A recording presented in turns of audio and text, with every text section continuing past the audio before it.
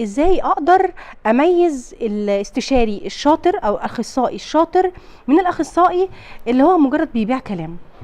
بص حضرتك، ممكن نحطها ما بين قوسين كده، اللي دلوقتي اللي حاصل على السوشيال ميديا او بصفه عامه بيسميه اهاوي الفيسبوك او اه. اهاوي السوشيال ميديا. كل واحد طالع دلوقتي حافظ كلمتين ايوه بيقولهم للاسف بالظبط. الشديد. طيب انت جبت علمك ده منين؟ هل من سابق تجربه او من خبره او من علم اتعلمته؟ طيب السي في بتاعك بيقول ايه؟ السيره الذاتيه بتاعتك بتقول ايه؟ انت مين عشان تقدر تفتي الناس؟ يعني واحده كلمتني بتسالني عن استشاره، بتقول لي انا هتطلق. بقول لها ليه يا فندم؟ بتقول لي انا كنت متابعه حد على السوشيال ميديا وحد دكتور او بيقول على نفسه دكتور، وتفاجأت ان جوزها هيطلقني. بقول لها يا فندم، هو الراجل ممكن يكون كويس، اما الحاله دي مش ليك انت، يعني تشخيص الحاله مش ليكي. فاصبح الناس دلوقتي، احنا في زمن دلوقتي صعب جدا اللي هو زمن السوشيال ميديا ايوه. والاي اي. فالناس كلها ماسكه الموبايلات للاسف الشديد، وبتكلمهم دلوقتي عن هوى مش عن علم.